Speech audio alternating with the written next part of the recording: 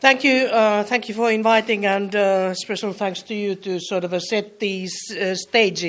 It makes my presentation and work much easier.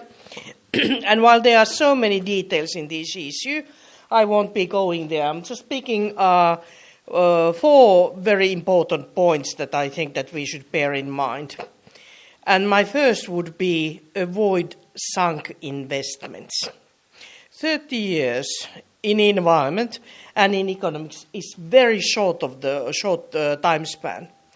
And if we are using 1.5 planets worth resources momentarily, and if we would just continue business as usual, we would end up even up to 4 planets by 2050.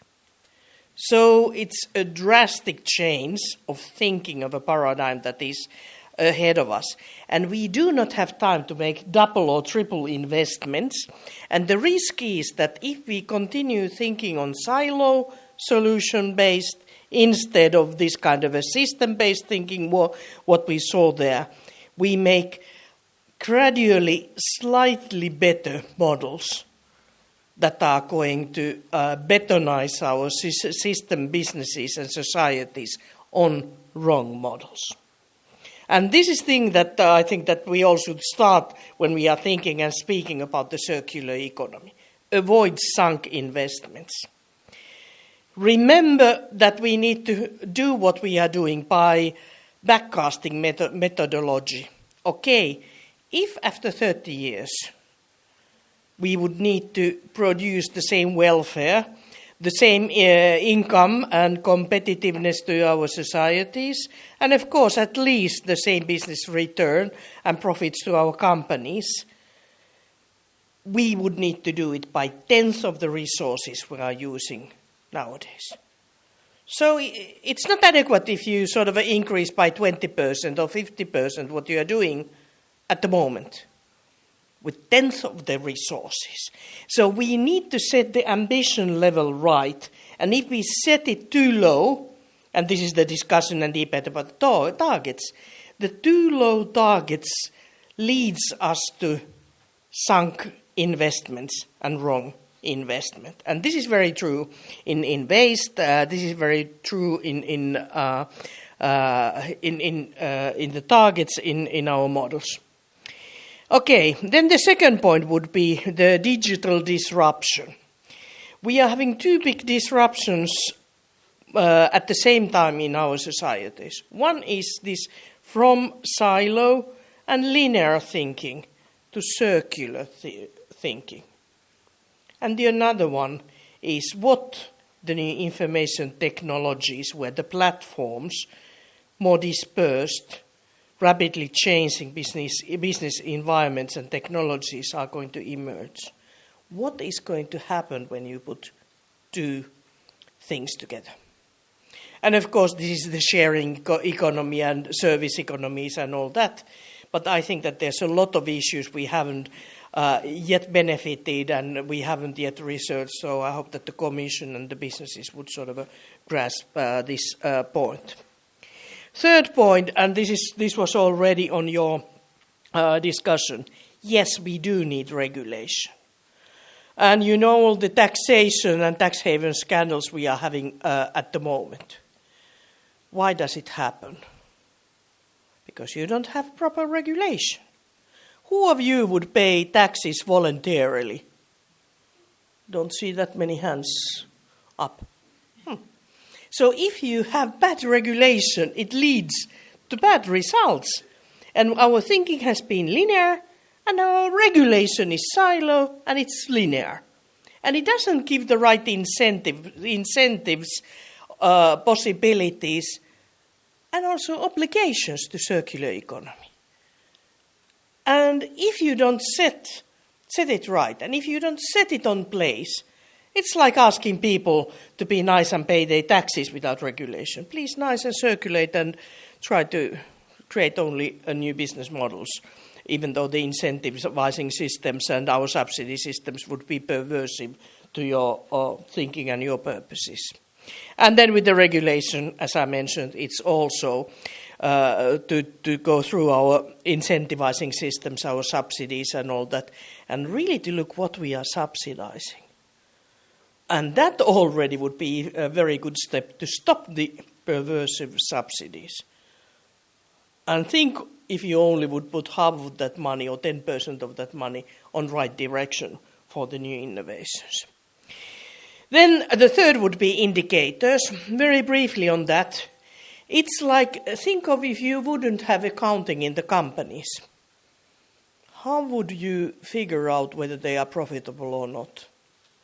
How would you actually compare two companies on which to invest? And to me, the indicators is not the one lead or target indicator. It's like accounting. You have different kind of indicators of different elements of ecosystem services, environment, on use of the resources, on pollutions and all that. And then you put it on the integrated reporting on the companies in the longer run, and you put it on your statistics on country level. And by that you can see what trade-offs are effective. And it really shouldn't be so that if I'm a Finn, I'm advocating the Finnish model on biomass indicators, because I'm a true believer that we are the best. And then again, when it comes to construction, someone using much more beton and cement would pick up another set of indicators and saying, no, this is much better choice. And we can't afford it, because that kind of a nationalism and favoritism is only going to lead to misinvestments. And yes, we do have a place for wood, and for cement, and for metals, and for bio-based, and all that. But we would need to have commonly agreed indicators, and we have adequate information to do that. On my ambition level, that should be, as said, on the company level and on the IFRS and accounting also in the longer run. Then my third point, and this is not yet anywhere, but this is wishful thinking, is we would need to integrate circular thinking in our financial regulation.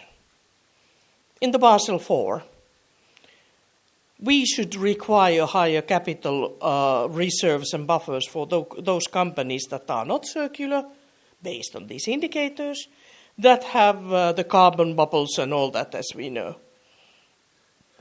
The credit rating agencies in the long run should rate not only economic, but also the circular and other environmental aspects. Because indeed that is going to be economic risk if you are doing the misinvestments at the moment, be it a state or be it a company. And we would need to put that on investment portfolios. That should be, as mentioned, on the integrated reporting. And that should be integrated in IFRS and on auditing systems and so on and so on. And this is a lot of work, but it is doable. And this is one thing I hope you could, in your different context, push it a bit, different actors together to start that thinking, because that is going to take quite some time before we get all the bits and pieces on right place. Then my last point is actually this kind of a principled thinking.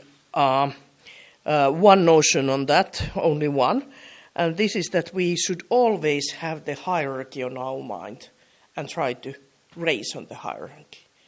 It's cascading use of the materials. Look what happened with the palm oil.